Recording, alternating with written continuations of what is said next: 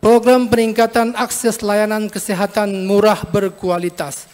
Aceh sedang berusaha keras untuk meningkatkan kesehatan masyarakat melalui berbagai program unggulan yang terfokus pada aksesibilitas dan kualitas layanan kesehatan.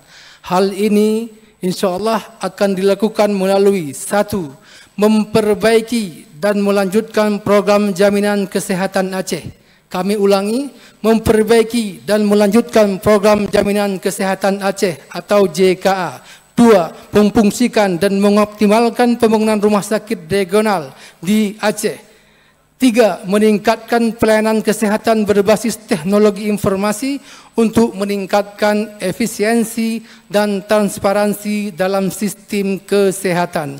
4. Menjamin kualitas pelayanan kesehatan di setiap tingkat fasilitas kesehatan dari puskesmas sampai dengan rumah sakit umum daerah. 5. Menyiapkan fasilitas kesehatan modern di Aceh melalui skema-skema kerjasama.